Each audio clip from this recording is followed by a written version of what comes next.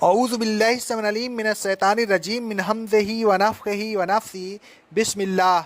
سورہ الفاتحہ کی آیت نمبر 7 کی تفسیر چل رہی ہے۔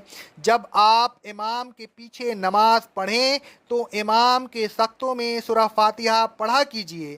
حضرت عبداللہ بن عمرو بن العاص رضی اللہ تعالی عنہ فرماتے ہیں، رواہ البہیقی کی حدیث ہے، سند صحیح سے صحابہ کرام رضی اللہ تعالیٰ عنہ اجمعین رسول اللہ صلی اللہ علیہ وسلم کے پیچھے اس وقت پڑھتے تھے جب آپ صلی اللہ علیہ وسلم سقطہ کرتے تھے، پھر جب آپ صلی اللہ علیہ وسلم پڑھتے تھے تو صحابہ کرام رضی اللہ تعالیٰ عنہ کچھ نہیں پڑھتے تھے، پھر جب آپ صلی اللہ علیہ وسلم سقطہ کرتے تو صحابہ کرام رضی اللہ تعالیٰ عنہ پڑھتے تھے۔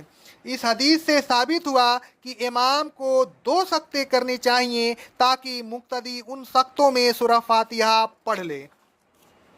جب آپ امامت کریں تو 2 سقطے کیجئے، ایک سقطہ شروع نماز میں اور ایک سقطہ رکوع سے پہلے۔ حضرت سمرہ بن جندب رضی اللہ تعالیٰ عنہ فرماتے ہیں، رواہ ابو داؤد کی حدیث ہے، ترمذی کی حدیث ہے، سند صحیح سے رسول اللہ صلی اللہ علیہ وسلم 2 سقطے کیا کرتے تھے، ایک اس وقت جب آپ نماز شروع کرتے اور ایک اس وقت جب آپ پوری قرات سے فارغ ہوتے۔ جنازہ کی نماز میں بھی سورہ فاتحہ پڑھا کیجئے۔ حضرت طلحہ رحمۃ اللہ علیہ کہتے ہیں، صحیح بخاری کی حدیث ہے، میں نے ابن عباس رضی اللہ تعالیٰ عنہ کے پیچھے جنازہ کی نماز پڑھی، انہوں نے سورہ فاتحہ پڑھی، پھر فرمایا میں نے بلند آواز سے اس لیے پڑھی تاکہ لوگوں کو معلوم ہو جائے کہ اس کا پڑھنا سنت ہے۔ جب آپ سورہ فاتحہ پڑھیں تو اس کے آخری میں آمین کہا کیجئے، اگر بلند آواز سے قرات کریں تو بلند آواز سے آمین کہیے۔ حضرت وائل رضی اللہ تعالیٰ عنہ کہتے ہیں، رواہ ابو داؤد کی حدیث ہے، سند صحیح سے رسول اللہ صلی اللہ علیہ وسلم جب ولضالین پڑھتے تو آمین کہتے اور اس کے ساتھ اپنی آواز کو بلند کرتے تھے۔ اگر آپ امام کے پیچھے نماز پڑھ رہے ہیں تو جب امام آمین کہے تو آپ بھی آمین کہیے۔ حضرت نعیم رحمۃ اللہ علیہ کہتے ہیں،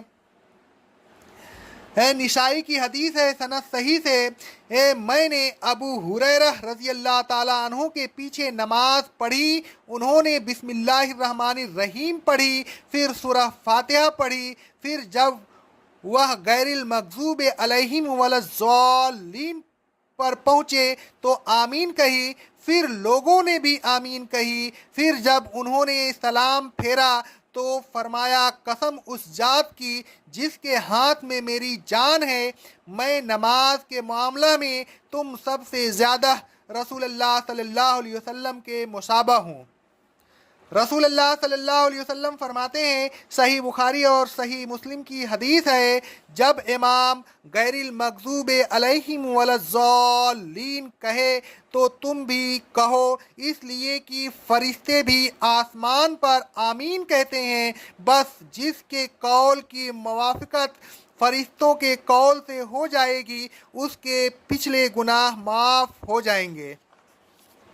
امام کی آمین سے پہلے آمین نہ کہیے۔ رسول اللہ صلی اللہ علیہ وسلم فرماتے ہیں، صحیح بخاری اور صحیح مسلم کی حدیث ہے، جب امام آمین کہے تو تم بھی آمین کہو۔ مندرجہ بالا احادیث کا خلاصہ یہ ہے کہ جب امام ولضالین کہہ کر آمین کہے تو مقتدیوں کو بھی اس کے ساتھ آمین کہنی چاہیے۔ سورہ فاتحہ پڑھتے وقت ہر آیت پر رکیے۔ حضرت ام سلمہ رضی اللہ تعالی عنہا فرماتی ہیں، ترمذی کی حدیث ہے، سند صحیح سے رسول اللہ صلی اللہ علیہ وسلم اپنی قرات کو ہر آیت پر قطع کرتے تھے۔ آپ صلی اللہ علیہ وسلم الحمدللہ رب العالمین پڑھتے، پھر رک جاتے، پھر آپ الرحمن الرحیم پڑھتے، پھر رک جاتے۔